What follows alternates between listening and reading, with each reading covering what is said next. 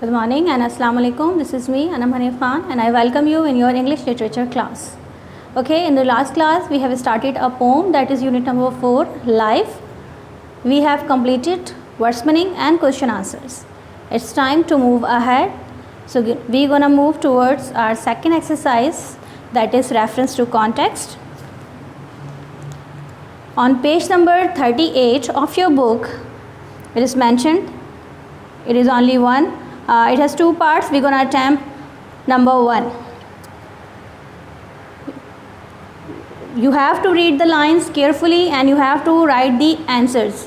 But before writing the answers, you are supposed to write the reference, as these lines are taken from poem Life, which is written by Charlotte Bronte. Then you will write the question number 1. What was the question? Who is being asked to believe? That is your question number 1. Who is being asked? The person who is reading, means the reader. The reader is being asked to believe. B means question number 2. Which of the following is true? They have given you 3 options. The sages say they are dark. Life is not a dream. Third is life is not a dark dream. So in our poem it is mentioned believe life is not a dream, means option 2 is the correct. Then part C. What analogy does the poet use later to clarify her statement about life? What you will write in the answer? You will write a bird with golden wings is strong enough to lift us out of our gloom. I am repeating, listen to me very carefully. A bird with golden wings is strong enough to lift us out of our gloom. This is your exercise B, reference to context. Now move towards exercise C on the same page, page number 39. Exercise C, part 2.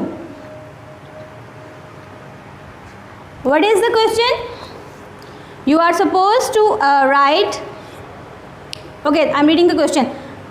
If you count the number of beats, means syllables, in each line, you will find that the pattern is not consistent.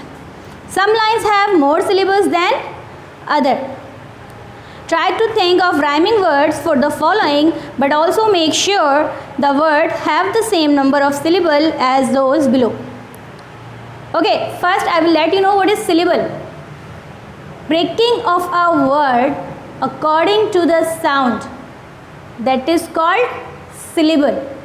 For example, if I talk about a word marker, how many parts does it have? 2 parts. Marker, that is syllable. Mar is 1 syllable, kar is 2nd syllable. So you have to follow the same syllable. There are the words. We have the first word is borrow. You have to find this rhyming word with the same syllable. It is sorrow. Borrow, sorrow. Second is what? Bro, do. Third is fantastic. It's majestic. Same syllable. Fantastic, majestic. Then noses, roses. Close, doors. Transient, deviant. Okay. Then exercise D, part 1. Give word or phrases of your own for the following with the same meaning, means you have to write the synonym of this, then use the word in sentences of your own. First you have to write the meanings, same meanings, then you are supposed to make sentence. First word was is foretells. Foretells means predicts. Second is clouds of gloom. The meaning is a state of depression. Number 3, flit by. meaning pass quickly. 4. Calls away, meaning takes away. 5th is what? Day of trial. It means different time. Sorry, day of trial means difficult time. Then unconquered. It means invincible. Unconquered means invincible. Invincible. Okay, this is part 1. After writing the meanings, first you will write the word, then synonym means the same meaning which I have told you, then you are supposed to make the sentence. Now part 2. Comment on the meaning of the following as they are used in the poem. You have to make the column as word and meaning. Okay, there are 3 words. The first is our best. What does it mean? It means our near or dear ones. Our near or dear ones. It is the meaning of our best. Number 2, buoyant. Buoyant means light in weight. Light in weight. Third is lament. Lament means to feel sad about.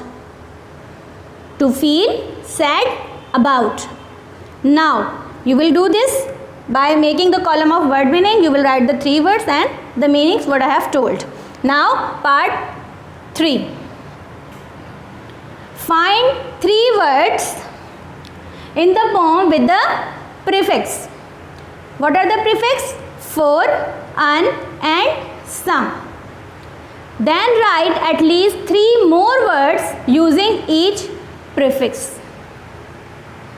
Okay, what you have to do? First you will make 3 columns.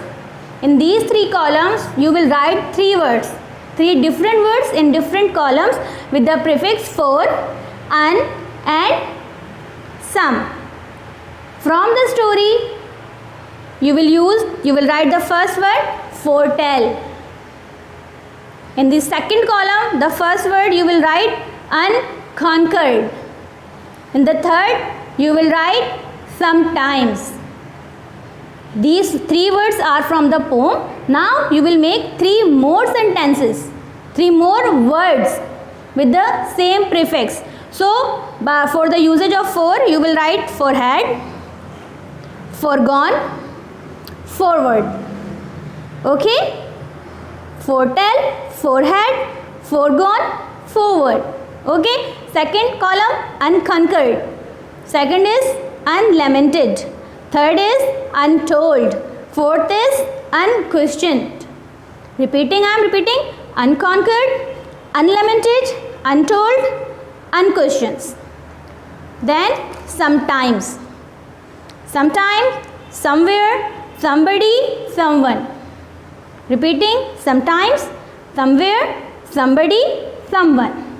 This will be your exercise D part 3. Now move towards part 4. In part 4, they have given you a list of some words. You have to put the prefix. What are the prefix you are supposed to put? They are miss, dis, im, in or un. There are the words. The first word is what? Behave.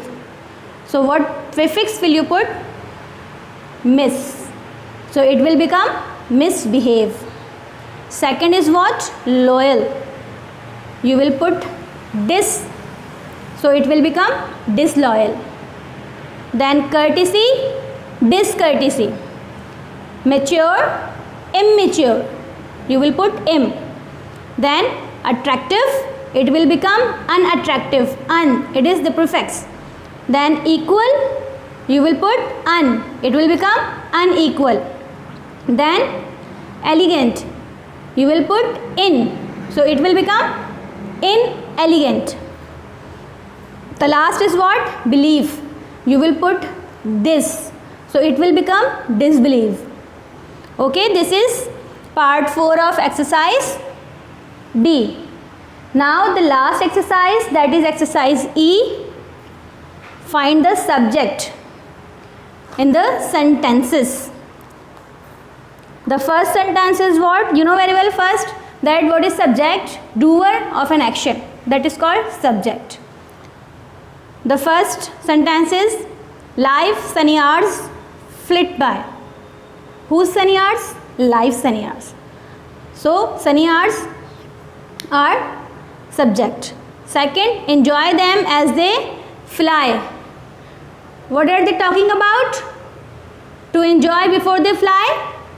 The time. So that is your subject. Third is what? Life belief is not a dream. Who believes? You believe. The reader believes. So you are the subject in this sentence. As they said in the question that they are hidden in the two and the second sentence. So in the second and the third sentence, in the second sentence, the subject is the hour, and in the third, the subject is you. These are the exercises you are supposed to do in your copy. Make sure your work will be neat and clean. And our chapter is completed. Inshallah, we'll meet in the next class. Till then, Allah Hafiz.